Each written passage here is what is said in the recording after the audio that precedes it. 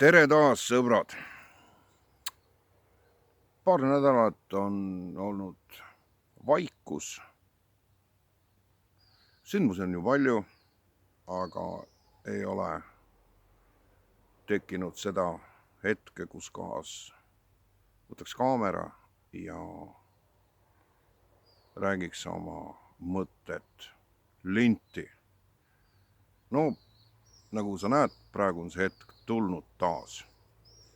Mis selle tingib, eks neid oletusi võib ju mitmeid esile tuua, aga kindlasti mängib siit suurt rolli see, kus ma praegu asun metsas, Hispaanias metsas.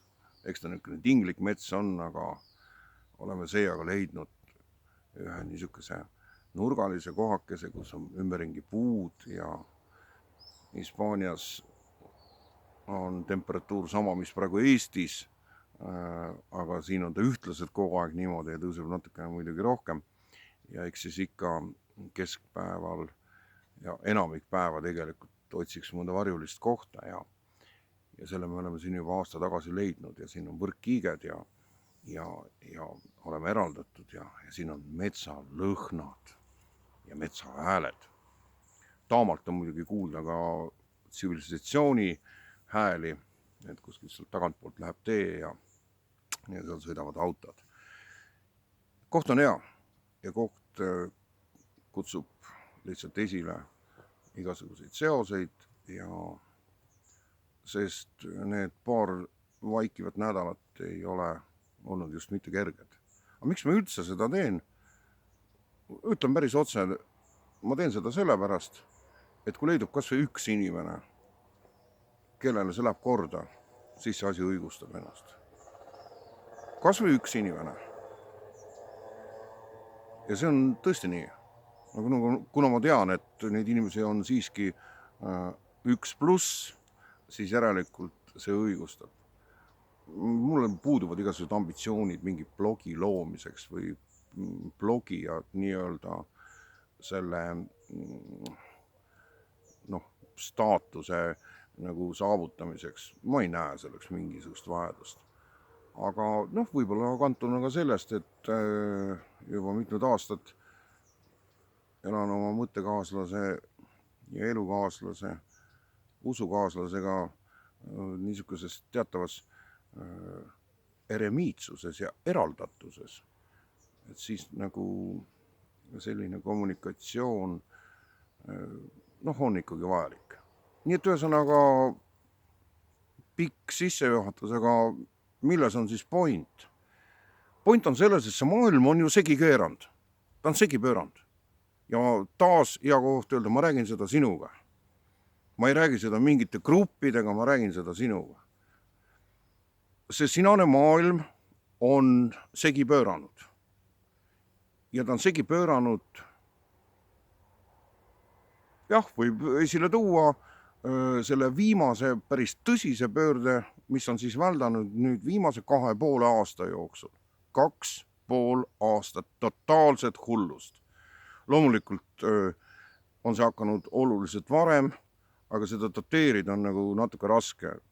Erinevates mõttekodades ja mõtlus niisugustes väljades tuuakse esile küll neid daatumeid, alates aastast 2004, kui Eesti liitub Euroopa Liiduga. Täpselt samamoodi võib siis sealt veel aasta tagasi võtta, kui toimub referendum, mida ma kuidagi üllatuslikult väga hästi mäletan. Edasisi sündmused on mul küllaltki tohuvabohu, aga ma mäletan väga hästi seda referendumi päeva ja see oleks nagu eile olnud. See pidi olema siis ennem 2004. aastat, ehk siis aastal 2003 oli see vist. Mäletan väga hästi. Et need on nagu need niisugused punktid ajalõimes, kust kohast kahtlematult hakkavad toimuma mingisugused muutused ja mingis suunas. Ma jätan selle sinna paika ja tulen uuesti tagasi siia selle viimase daatumi juurde 2,5 aastat tagasi. Sündmused, mis on siis nüüd tänaseks päevaks jõudnud siia, kus me siis nüüd täna oleme. Täna on muidugi tükk ajalugu kindlasti ja hommikul kui ärkasin, siis Seia oli ennem üles ärganud ja tuli teatas niisuguse näoga, et no nüüd on keegi surnud.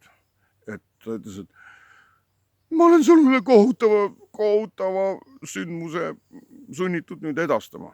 Ja unesegasena ma ei saanud aru, mõtlesin, kes nüüd on keegi lähedane surnud või mida iganes, eks ju.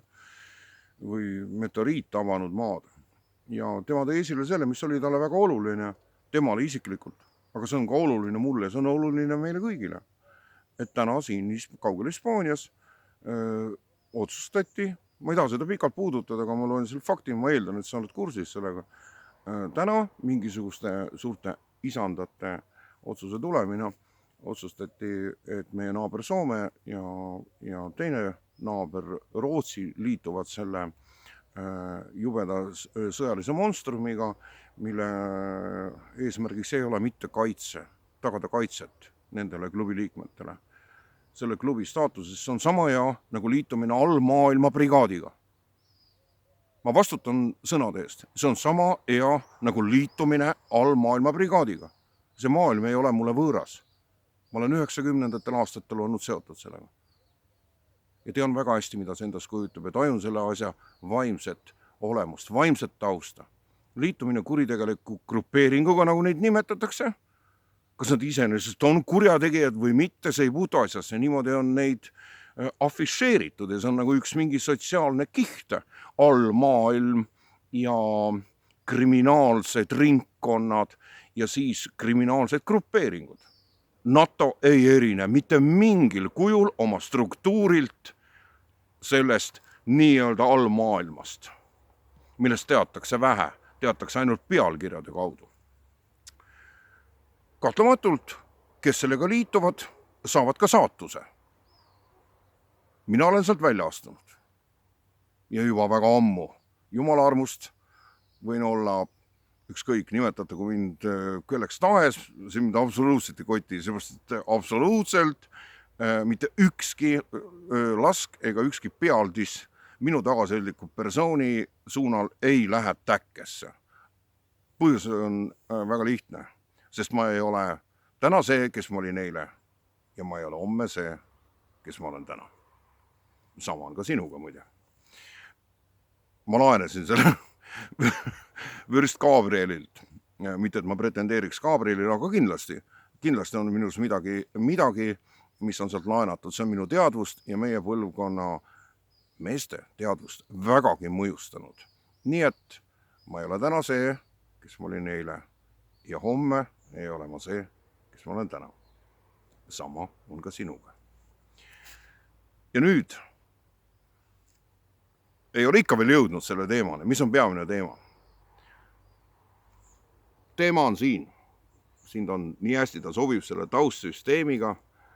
Kunagi aastaid tagasi siis olen oma mõõga nii-öelda tinglikult Jumala sõna, oma piibli olen siis niimoodi ära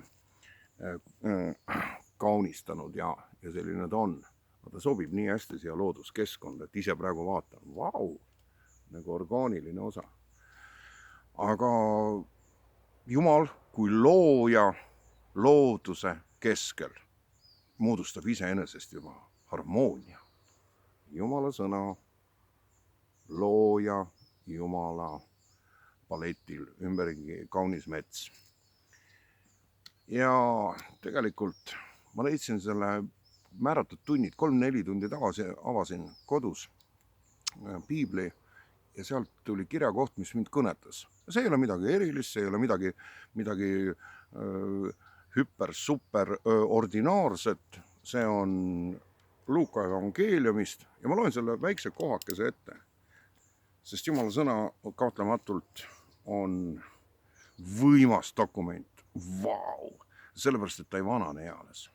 Ta ei jää kunagi ajale jalgu.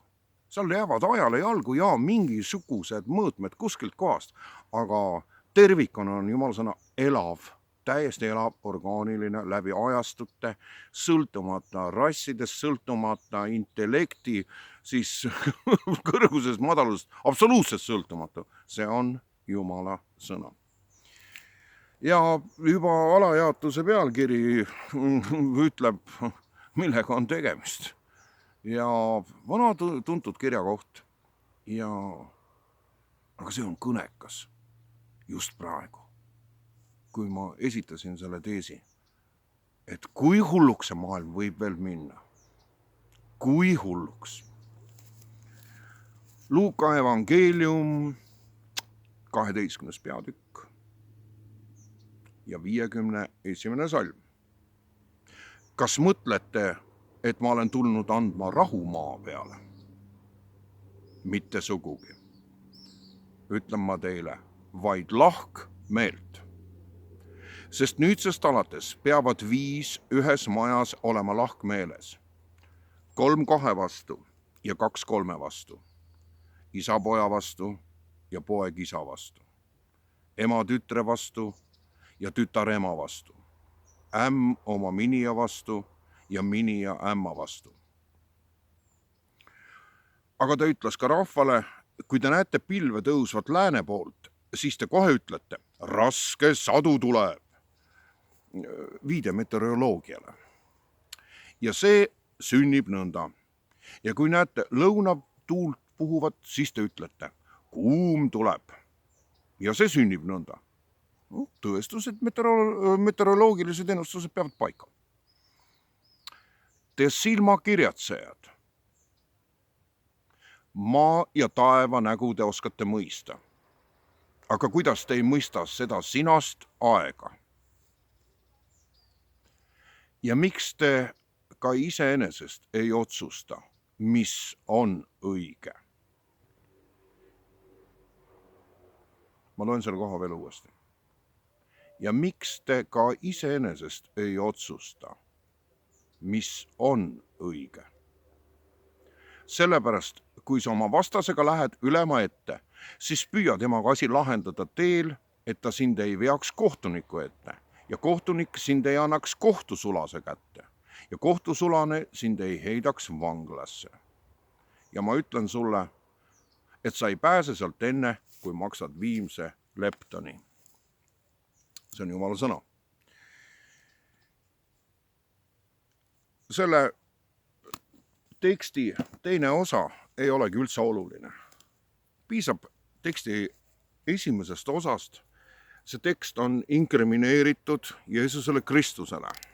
See ei ole kellegi apostli tuletustõlgitsus sündmustest, mille kontekstis sünnib evangeelium Jeesuse päevil, vaid see tekst on inkrimineeritud konkreetselt Jeesusele Kristusele, natsaretlasele, Jumala pojale ehk iga kristlase tarvis Jumala võrdkujule on see tekst inkrimineeritud.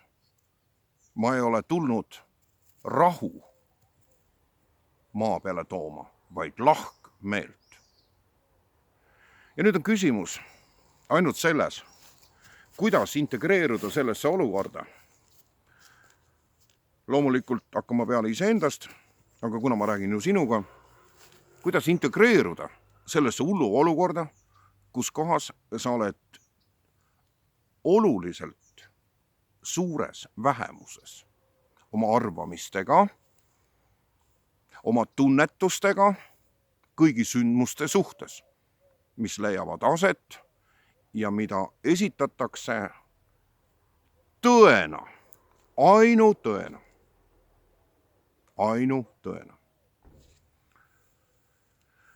Kuna mul on kalduvus paljusõnalisusele ja upun ära tihti oma võrdumite rägastikku, nii nagu mu maalidki, mida ma maalin, on täis ülitihedat infot ja võivad olla mingisugusel kujul osutuda mõnikord väsitavaks vaatajale.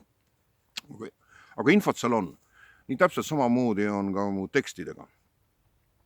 Ja sellepärast ma teen aeg-ajalt niisugasi avaldusi, eelkõige muidugi on minu peamiseks kaasvestlejaks ja diskussiooni teiseks pooleks Seia, kellega me seda korraldame ja siis need tekstid, mis praegu just on käimas, kus teiseks pooleks oled sina. Enda poolt ma ütlen ühte asja. Ja see väide on 100%. Kui üldse midagi saab 100% olla, no ütleme siis 101%. Absoluutselt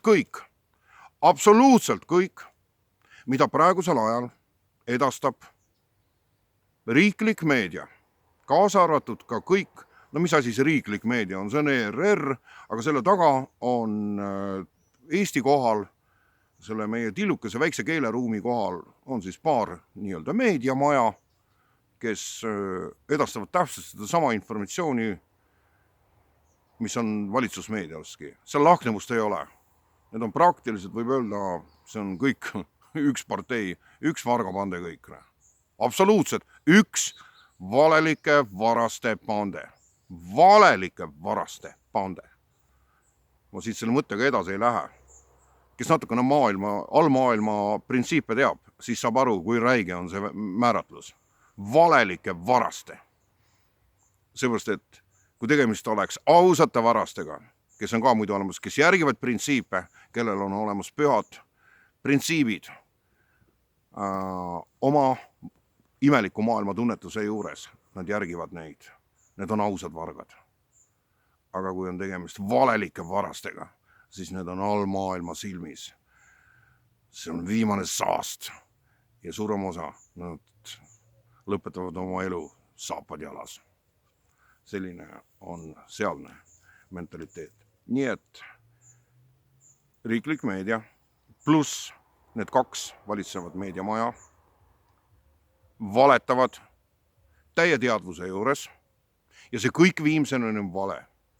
Ükskõik milline sõnum, ükskõik mis suhtes, aga kui asi läheb juba publitsistikaks ja tõlgitsemisteks, siis kes sellest osa saab, on sama hästi, kui oled seisnud lihtsalt nii-öelda porise maantee äärde ja seisad ja ootad, et mõni möödasõitev auto ehk ikka pritsib su täis.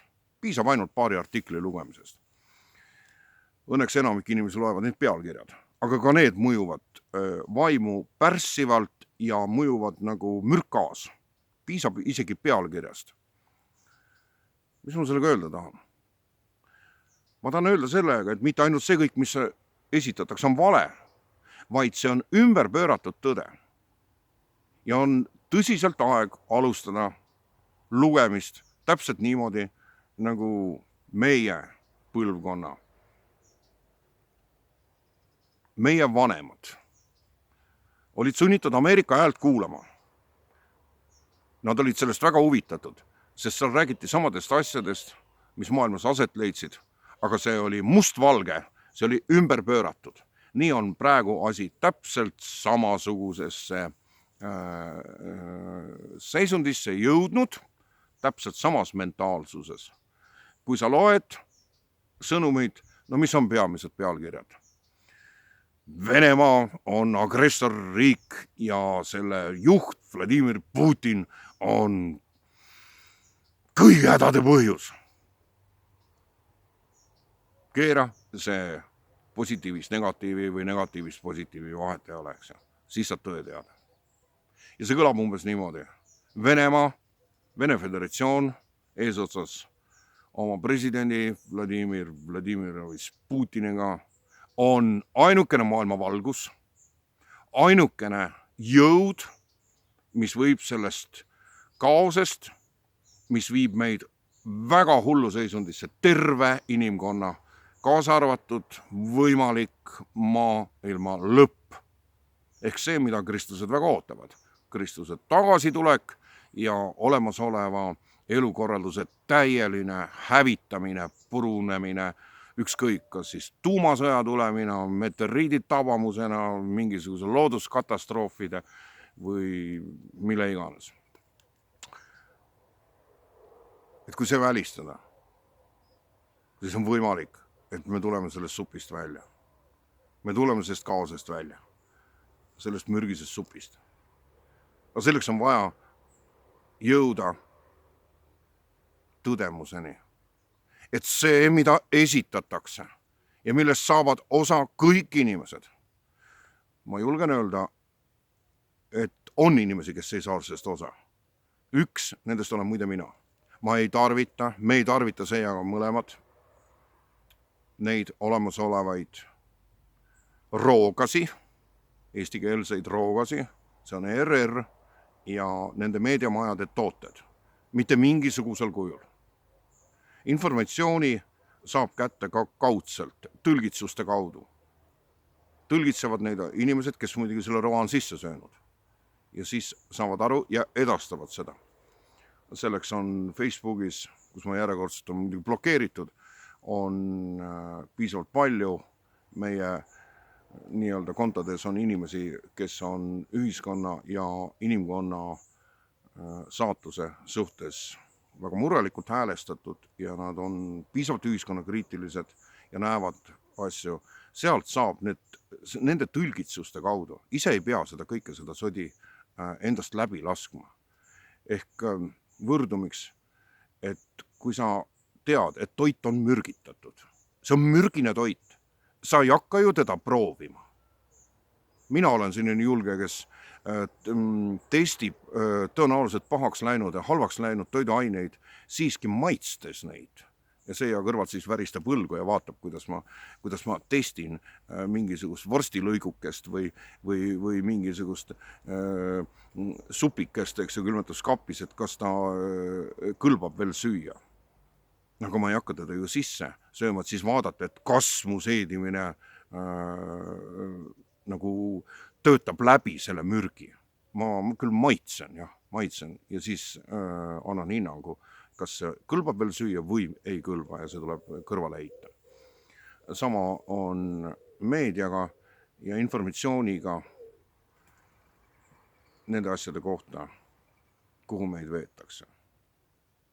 Täna on siis sõnum selle kohta, et siinsamas Hispaanias Soome-Rootsi liitumine selle kuritegeliku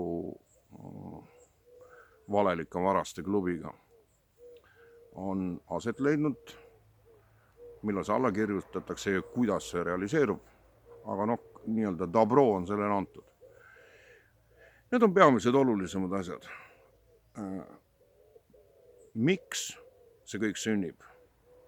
Seda ma lugesin Jumala sõnast. Seal ei ole antud põhjust, aga seal on viide, et ma ei ole rahu tulnud tooma, vaid lahkmeelt. Kus 2 5 on 3 vastu. See tegurite järjekord on ka väga oluline. Kohati tekib mulje, et oleks nagu täiesti üksi jäänud. Et sa oled enamika arvamusega vastuolus. Kõigi oma lähedaste, nagu seal oli loetelu selles Luuka evangeeliumi tekstis, Jeesuse tekstis, kus need kõige lähedasematega minnakse täiesti vastuollu. Isad, pojad, emad, tütred ja ämmad, minijad, väimehed ehk perekond. Perekonnad lähevad täieliselt vastuollu. Ja nüüd küsimus, et aga mis see Jeesusesse puutub? Ja nüüd ongi see point. See on ainult usu kaudu võimalik vastu võtta. Ja nii lihtne see ongi. Jeesus on ennast tutvustanud. Mina olen tee, tõde ja elu. Kui sa täiel määral saad seda kinnitada, et see on jah niimoodi. Jah, issand, sinu kaudu ilmneb minu tee, tõde ja elu. Täiel määral, milles ma elan. Kõiges, absoluutselt kõiges. Siis on see täidetud. Võib-olla on sul põhjus seda uuendada. Seisa issand Jeesusega palves, vaimus, suletud silmadega, seisa tema ees. Või lahtiste silmadega, vahet ei ole. Mina teen seda, ma sulgen silmad. Uuendan seda võimast tõotust. mis on tõesti tõde. Mina olen tee, tõde ja elu. Ja selle pealt saad minna rahulikult ja analüüsida kõike, mis ümberringi sünnib. Sest tõe etalon on sinu sees tegev. Sinu teadvus juhindub ja on täiel määral juhitud Kristus teadvusest läbi Jeesuse Kristuse igavese isiku. Ja siis saad sa rahulikult iseendas vastused kõigele sellele, mis meie ümber sünnib. Mida kätkes endas esimene vaatus alates 20. aasta jaanuarist, aasta algusest, kõik see vaktsiini, COVID-i tsirkus ja nüüd see õudus, mis enam ei ole tsirkus, mis võtab iga päevaga aina kohutavamat kuju. Kus pool on tõde? Sa saad selle läbi selle tõe etaloni, mis on sinu sees, läbi Jeesuse Kristuse, sest tema on tee, tõde ja elu ja annab sinu sees õige vaste. Nii lihtne see ongi. Et see tõde võib olla valus, see on juba järgmine teema ja sellest räägime järgmises saates. Ole hoitud, sõber.